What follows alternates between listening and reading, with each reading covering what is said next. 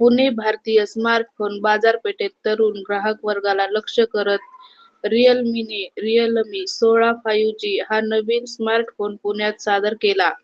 हा स्मार्टफोन पुण्यातील जंगली महाराज रोडवरील एस कम्युनिकेशन स्टोअरमध्ये सादर करण्यात आला.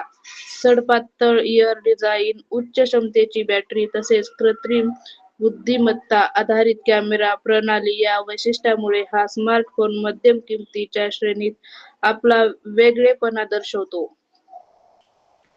या स्मार्टफोनमध्ये दुहेरी 50 मेगापिक्सेल पोर्ट्रेट कॅमेरा प्रणाली देण्यात आली असून त्यात समोरील तसेच मागील कॅमेऱ्यांचा समावेश आहे.